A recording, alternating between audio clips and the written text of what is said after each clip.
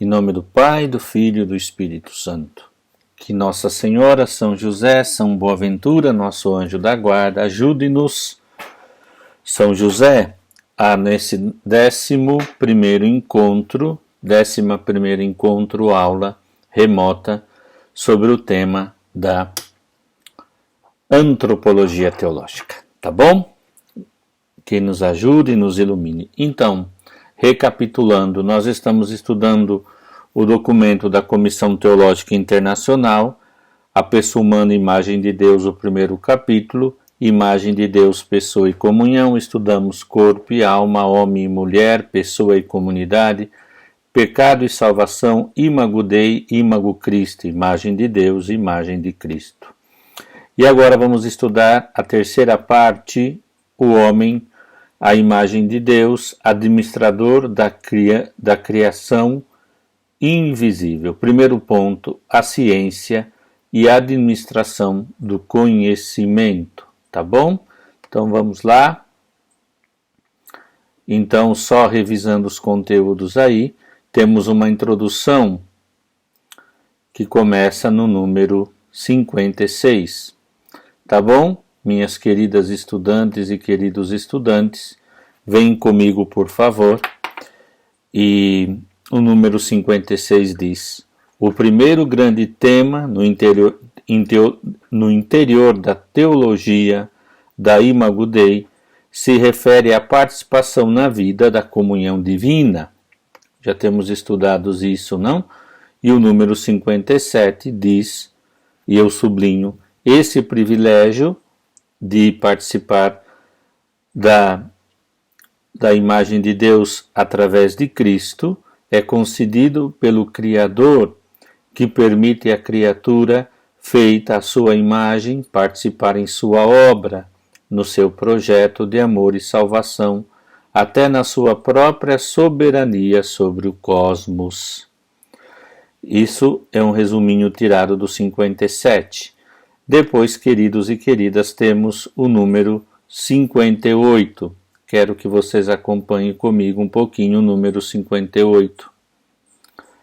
Segundo a Constituição Gaudium et Spes, o homem recebeu a missão de submeter a terra, de governar o mundo em justiça e santidade. Aqui, muito importante entender aquilo que nós já ganhamos estudando esses temas, não é mesmo? O homem domina cuidando, domina, por isso domina regendo, mas regendo como cuidador, dispensador. E o número 59 explica, mas o sentido íntimo do senhorio é o serviço, como recorda Jesus aos seus discípulos, apenas sofrendo voluntariamente como vítima sacrificial é que o Cristo se torna Rei do Universo, tendo a cruz como seu trono. Já utilizando imagens tiradas da vida cósmica, a teologia cristã nos mostra o ser humano como administrador de uma casa a quem Deus confiou o seu cuidado de todos os seus bens. Tá bom? Então aqui só para recordar, mas recordar e viver. E o número 60 inclui algo novo, está sublinhado, lei natural. Acima dele, todavia, na intimidade da sua própria consciência, o ser humano descobre a existência de uma lei, a qual a tradição dá o nome de lei natural. Esta lei é de origem divina, e a consciência que dela o homem possui constitui ela mesmo uma participação na lei divina. Refere o homem às verdadeiras origens do universo e também às suas próprias origens.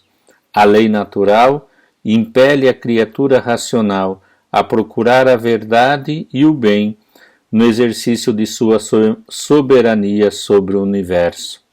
Criado à imagem de Deus, o ser humano exerce esse domínio sobre a criação visível somente em virtude do privilégio que lhe foi concedido por Deus. A lei natural diz, faça o bem e evite o mal. E aí o homem é chamado por essa condição criatural de corresponder de modo criativo, diz o documento.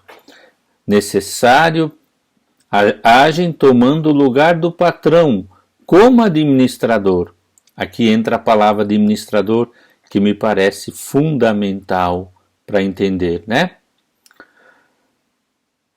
Aos quais se atribui a liberdade, olha só que lindo, amados e amadas, a liberdade necessária para fazer frutificar os dons a eles confiados e a fazê-lo com certo arrojo criativo. Mas o número 61 diz, presta atenção, o administrador deve prestar contas da sua gestão e o Divino Mestre irá julgar suas ações.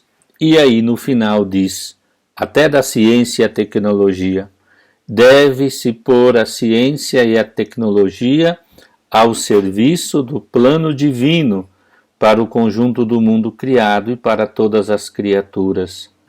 Este plano dá sentido ao universo como as empreitadas humanos. Então o homem participa do governo divino desta forma, administrando, cuidando de modo criativo, mas responsável. E agora nós vamos começar o número 62, que é o primeiro tema deste último capítulo, a ciência e a administração do conhecimento. Diz assim: a cultura humana, em todas as épocas e em quase todas as sociedades, se concretizou pela tentativa de compreender o universo. Na perspectiva da fé cristã, este esforço é um perfeito exemplo do serviço, olha lá, do serviço que os seres humanos prestam ao plano de Deus. Que fantástico, né? Serviço.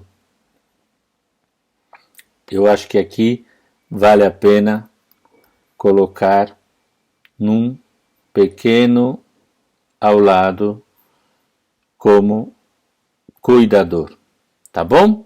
Ponto 62. Agora vem comigo, amados e amadas, número 63. Vamos ler, aqui é muito interessante para nosso conhecimento. Vou ler todo, tá? Por curiosidade.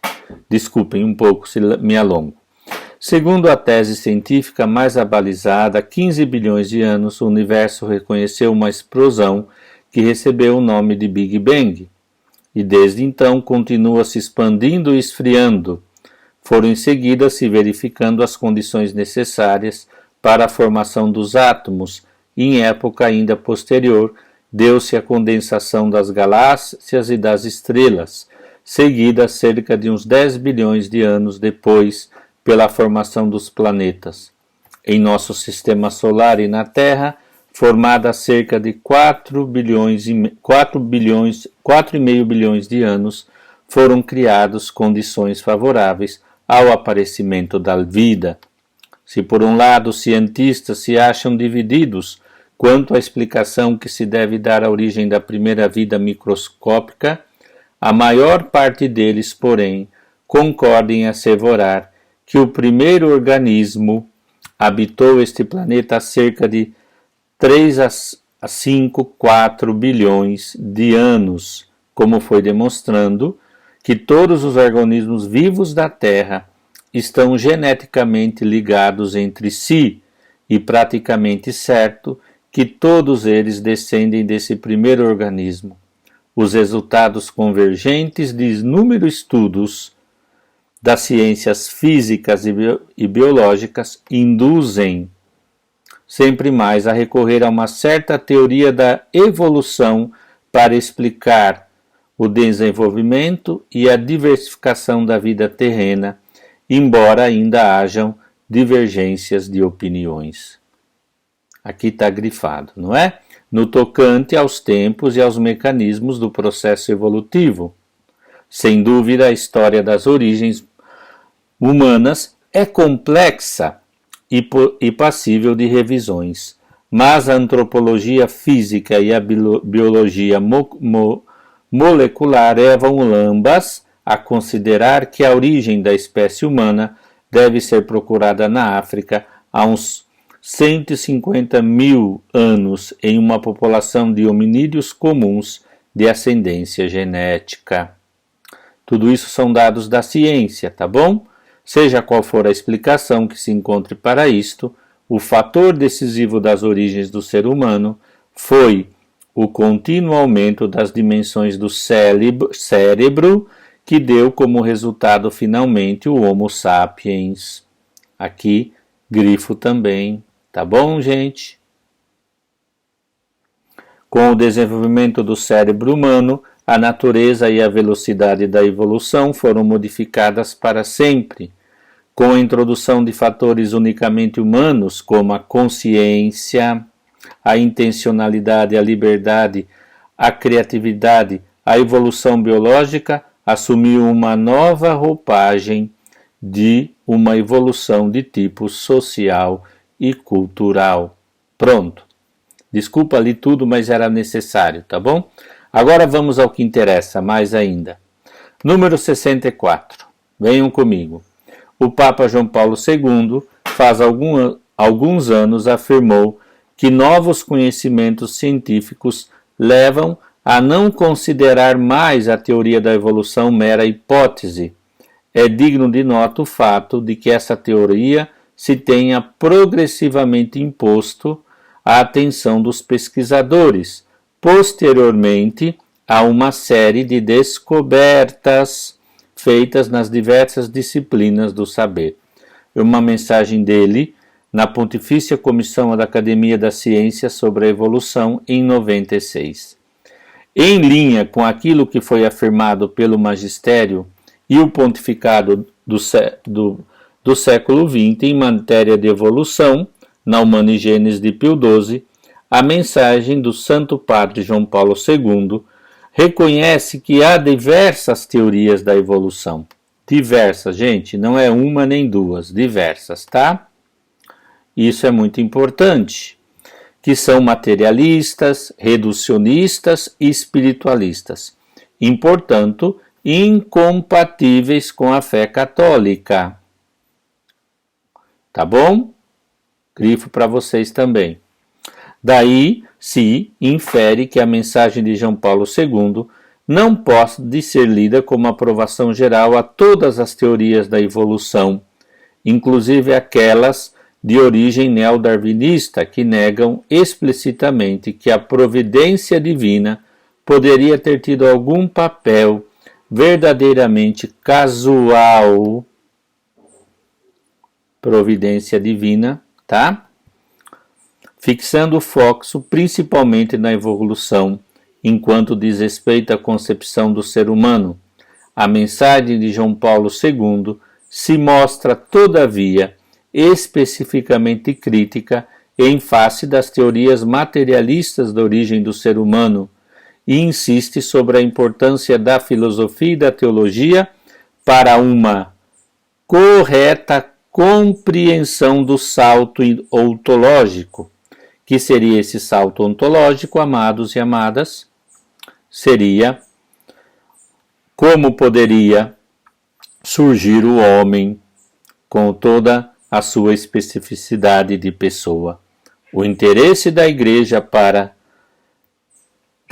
pela evolução se concentra, portanto, em particular na concepção do ser humano. Vou grifar aqui em vermelho, tá?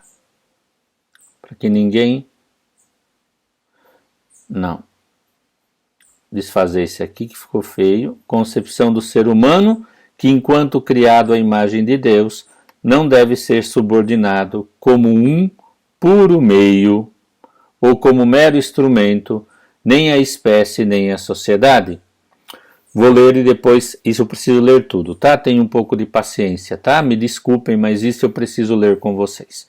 Como pessoa criada à imagem de Deus, o ser humano é capaz de tecer relações de comunhão com outras pessoas e com o Deus uno e trino, como também exercer senhorio e serviço no universo criado. Ponto também a se grifar. Tá bom? Mostram essas afirmações que as teorias da evolução e da origem do universo revestem particular interesse teológico quando tocam as doutrinas da criação ex nihilo, o mundo criado do nada, tá bom? E a criação do ser humano à imagem de Deus, como temos estudado. Atenção aqui, tá bom? Desculpe, mas precisava ler. Agora vou comentar mais que ler. Número 65. Então, primeiro, da análise da ontologia da metafísica, à luz da fé, sabemos que o homem foi criado para participar da vida divina, aquilo que já temos estudado em pontos anteriores. Está no 65. Número 66. A doutrina da creatio ex nihilo, a criação do nada, tá bom? Aqui é importante sublinhar. E de sua ordem em direção a uma criatura pessoal plasmada como imagem de Deus e que responde não a uma causa especial, força, energia.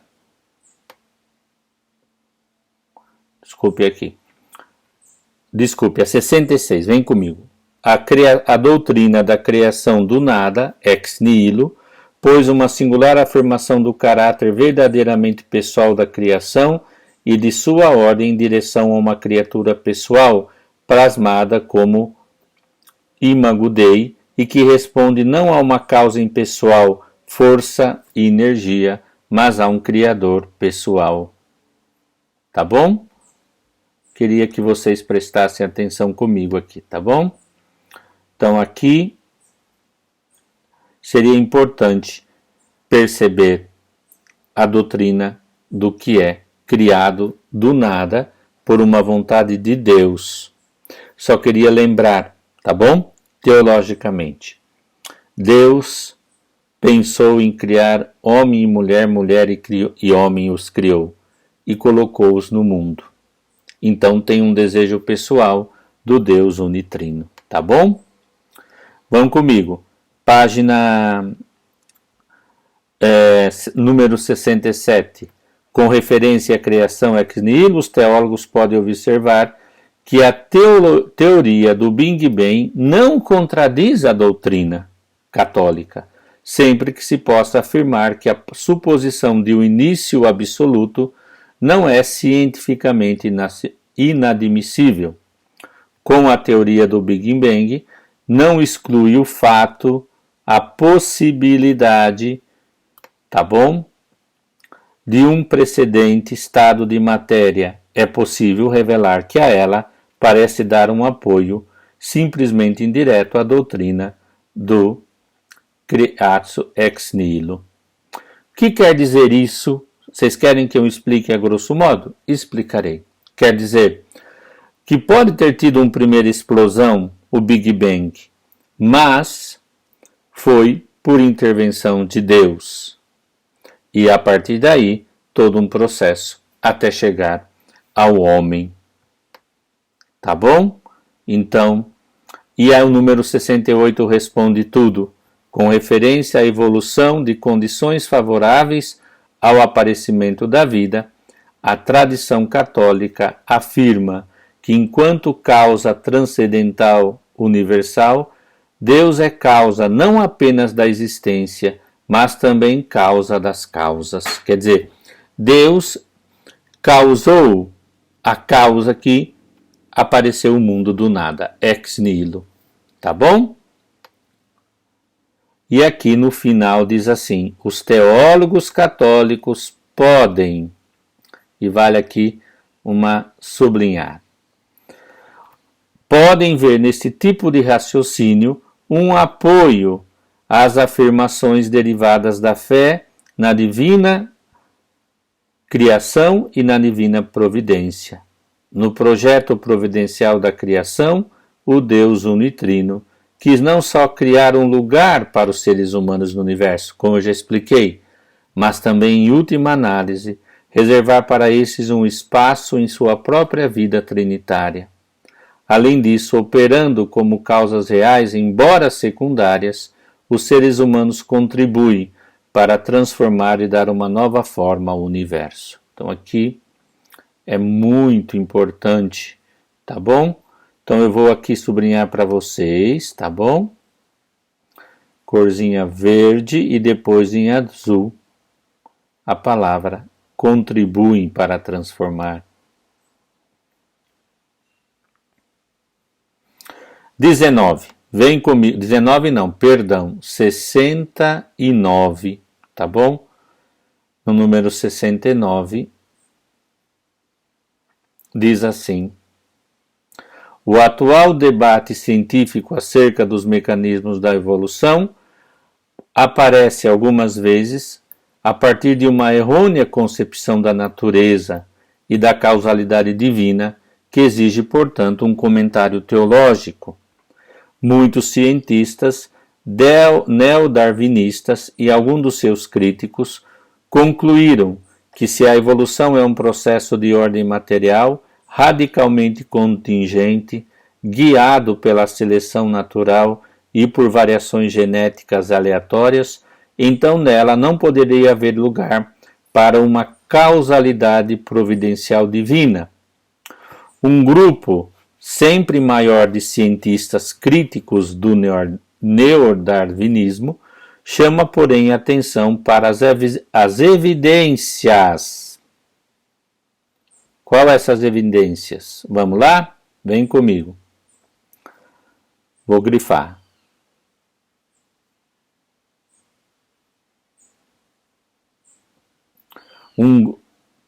Atenção para a evidência de um desígnio. Desígnio vem de desenho, projeto, plano, nas estruturas biológicas que mostram uma complexidade específica que, segundo eles, não se pode aplicar sem termos de um processo puramente contingente e que foi ignorado ou mal interpretado pelos darwinistas. Quer dizer, a ciência está tomando conta que tem um projeto aqui, um plano, e então não podemos dizer que foi obra do acaso, porque foi projetado.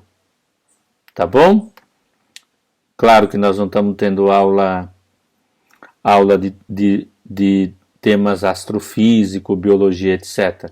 Aqui nós recolhemos dados, tá bom?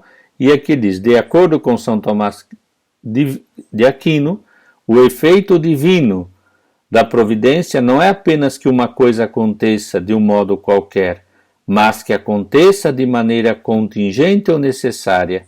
E diz na Suma, que eu sublinho, por isso, aquilo que a divina providência dispõe que aconteça infalível e necessariamente, ocorre de modo infalível e necessário aquilo que o plano da divina providência exija que aconteça de modo contingente e etc. Tá bom? Então aqui já tem outro ponto. Agora, número 70 me parece muito importante, tá? Para que a gente possa estudar mais aqui. No que tange a criação imediata da alma humana, ali a alma humana, afirma a teologia católica que ações particulares de Deus produzem efeitos que transcendem a capacidade das causas criadas que agem segundo a natureza. O que significa isso? Significa que quando falamos lá na África apareceu o hominídeo, na primeira família, no primeiro casal, Deus infundiu uma alma espiritual. O recurso à causalidade divina para preencher vazios autenticamente causais e não para dar respostas ao que ainda é inexplicado, que nós não sabemos como se deu isso, não significa utilizar a obra divina para preencher buracos do saber científico. Como a gente não sabe ainda como houve esse plus da alma por parte de Deus, a gente cria uma teoria. Não. As estruturas do mundo podem ser vistas como abertas à atuação divina, não desagregador enquanto são causa direta de certos acontecimentos do mundo. E aqui diz, a teologia católica afirma que o aparecimento dos primeiros membros da espécie humana, vou grifar aqui, tá bom? Primeiros membros da espécie humana, indivíduos isolados ou populações, não importa aqui, representa um evento que não se presta a uma explicação puramente natural e que se pode adequadamente atribuir à intervenção divina, agindo indiretamente através de cadeias causais. Tá? Vou grifar aqui para vocês. Que operam desde o início da história do cosmos. Deus criou condições prévias para aquilo que o Papa João Paulo II chama de um salto ontológico. E esse salto ontológico é o momento de transição para o espiritual. Espero que vocês entendam. Se a ciência pode estudar essas cadeias causais, cabe à teologia colocar este relato específico da criação da alma humana no interior do grande plano de Deus, unitrino, de compartilhar a comunhão da vida trinitária com as pessoas humanas, criadas do nada à imagem e semelhança de Deus, e que em seu nome e bem, em conformidade com seu plano, exercem criativamente o serviço e a soberania sobre o universo físico. Bem, então,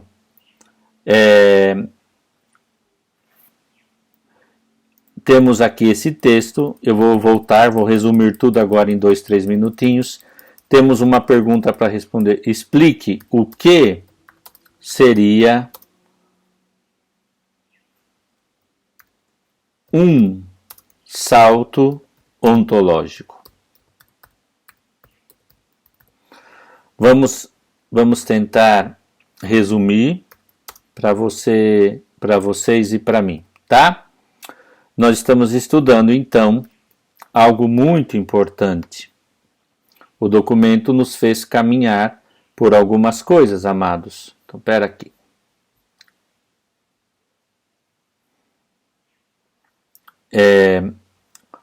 Nós estudamos, então, a introdução desse terceiro capítulo, tá bom? E a imagem de Deus, administradores da criação invisível. Como o homem colabora na criação, estamos estudando a ciência e a administração do conhecimento. Depois nós vimos então, para entender isso, a existência do homem no universo. E muitas teorias dizem que não foi fruto de seleção natural e etc. E João Paulo II diz que, por exemplo, a teoria de uma explosão do primeiro Big Bang não contraria a fé da Igreja que Deus criou do nada. E diz que Deus poderia ter permitido um primeiro movimento, da qual chamamos Big Bang, e a partir daí até chegar no hominídeo. Só que aí entra como explicar que o homem tem algo próprio de pessoa humana, que eu explico, dotado de inteligência, vontade, liberdade, capacidade de amar, moralidade, espiritualidade, a imagem de Deus, colaborador do plano de Deus, não é? A própria ciência vai vendo que existe um plano, um projeto, basta ver, por exemplo, o código da genética, né? Os genomas, todos esses grandes estudos, e percebe uma ordem que segue um plano como um grande arquiteto, né? E aqui João Paulo II fala de um salto do plus, sei lá, há um plus mais, seja em referência à criação, né? E aqui eu fiz essa pergunta, o que seria esse salto ontológico? Lá na página 6, para você responder aqui, super fácil, né? Agindo indiretamente através de cadeias causais que cooperam desde o início da história do cosmos. Deus criou as condições prévias para aquilo que o Papa João Paulo II chama de salto ontológico, o momento da transição para o espiritual. Quer dizer, o hominídeo tem uma estrutura, uma caixa craniana para ser mais que hominídeo, ser pessoa humana, e essas cadeias cabe às ciências estudar, e à teologia colocar esse relato específico da criação da alma humana no interior do plano divino. Então aqui, para vocês não se perderem, né? Plano de Deus,